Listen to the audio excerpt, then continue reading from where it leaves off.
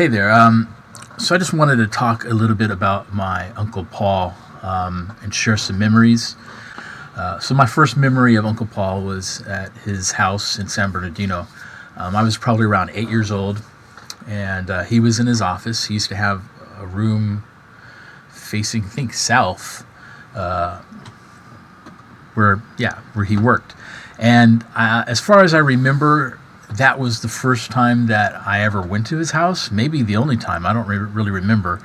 I know that we didn't see them a whole lot, even though they lived here in California where I live.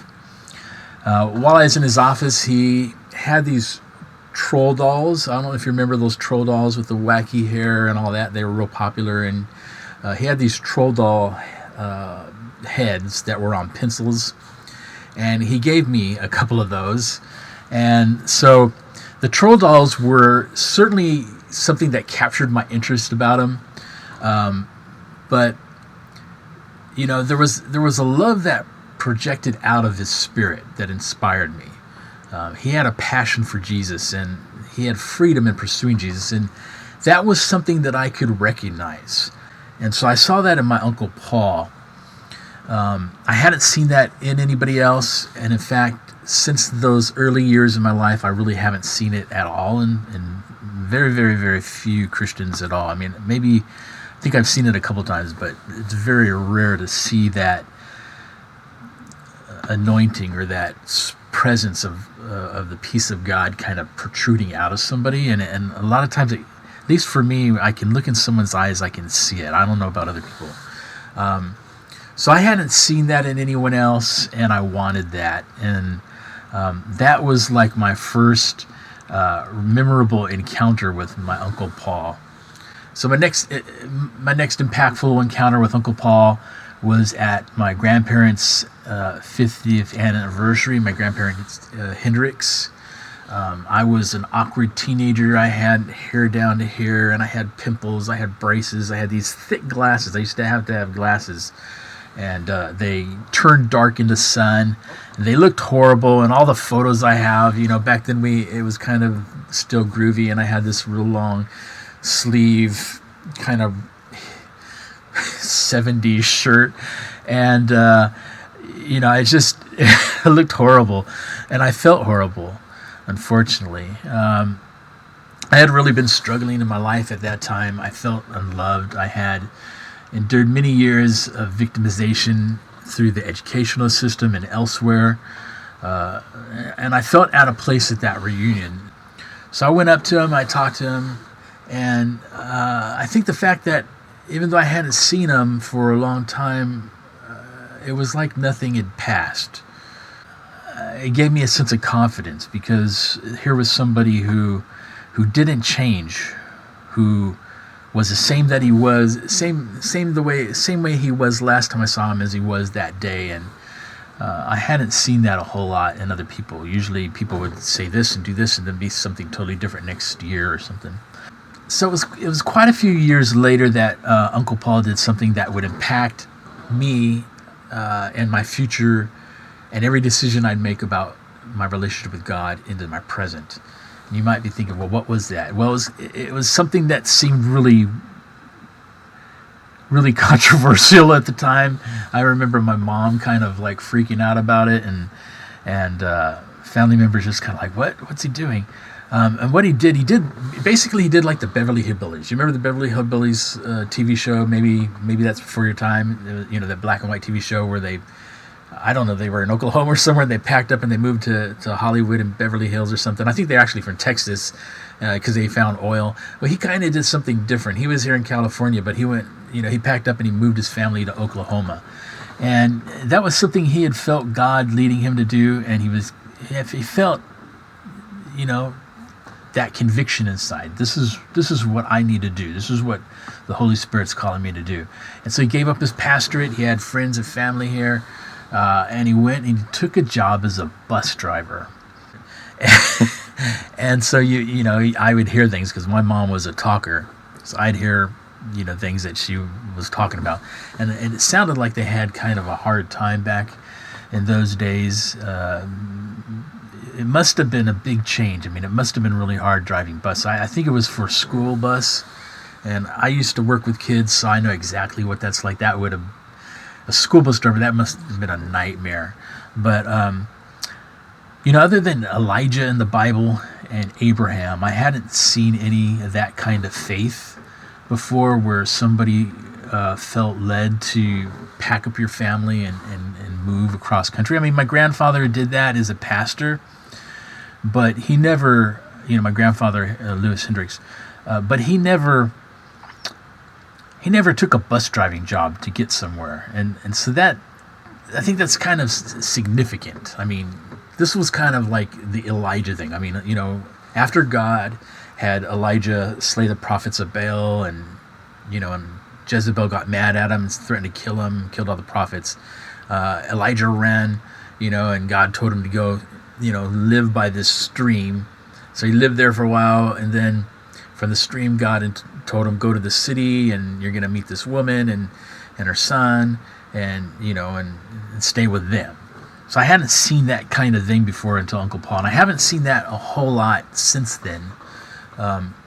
But he knew where he was going. He knew what he's supposed to be doing, and he went to Oklahoma and he stayed there. And that was an act of faith that not only inspired me, but I think put faith in me to be able to do things that I think some people probably would never do. I mean, I've gone to other countries and stuff and prayed for revival over the countries and things like that. I mean, just crazy things. And I've led people in some of these crazy things. But it started, I think, with Pastor Paul, with Pastor Uncle Paul. So that was a really significant thing. Later in life, I would see my Uncle Paul at family reunions, my grandmother's birthdays mainly. And to get there for me was usually a real challenge, because I was either driving my car by myself, and I was touring around for a month or two in my car before I got there, or a lot of times Oklahoma would be the middle spot, or just the cost to be able to fly in and then fly out when I was working full time. But no matter what, when I got there, there was always one person I knew. As long as he was there, I was gonna be seeing him. I would have him at the top of my people list, and I always made sure I sat down and just spent time with Uncle Paul. I have other uncles and aunts and family members that I spent time with and talked to, but with Uncle Paul, I always set aside a certain amount of time. I mean, I did not waste that time. I wanted that time with him because he had something that I wanted. He had a relationship with Jesus that I have seen very, very few and very few people. So I always made sure I'd sit down and talk with him. And again, it didn't matter where I was, what state I was in, or where I saw him.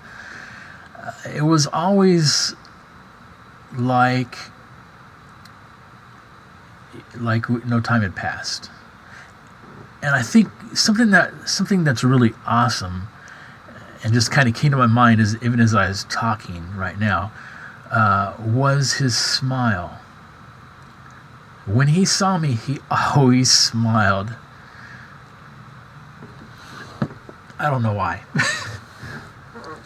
But he just always smiled at me. And then I'd go sit down with him. So, yeah. Not once did I ever feel like he didn't care. Not once did I ever feel like he didn't have time for me. And that right there was probably that was a bigger gift than anybody could give me. I mean, he couldn't have given me a better gift than himself. And I think that just made me want to pursue Jesus more. So I think one of the most amazing things is that Uncle Paul Cheek is my uncle by marriage. And so he didn't have to bother with me. You know, he didn't have to give me the time of day. He didn't have to care. He didn't have to ever do anything, you know, to be an uncle. But, you know, he married my Aunt Sylvia Hendricks. And that always amazed me, because I'm not his flesh and blood. I was never his flesh and blood. But just like Jesus adopted me into his family, Uncle Paul adopted me into his family. He modeled Jesus, and he demonstrated Jesus in everything that he did, in every encounter that I had with him. And yeah, I'm just thankful. But I just wanted to just share candidly the impact Uncle Paul has had on my life. One of the reasons I wanted to do this is because in 2013 I had started filming a bunch of legacy videos, and I didn't have the chance to, when I was filming, I only had that one trip to film. I was filming across the U.S., and so I only had that one time to film in Oklahoma, and I didn't have the time to film at full length an interview with him or with his wife. And we did do that in a very short interview, and but yeah, I just wanted to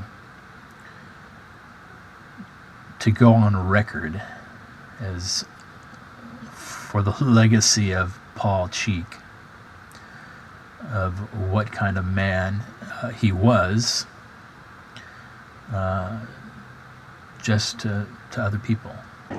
So you guys, can you tell me when you guys, like, how you met, and and then, you know, how that kind of worked out, you know, like telling grandma and grandpa you're getting married kind of thing? Well, we met at church, at the Emmanuel Baptist Church in Shawnee, Oklahoma. We both joined the church on the same Sunday, moving our membership from churches. I don't know where you moved years ago. Pasadena, California, and I moved mine from Glendale, California. And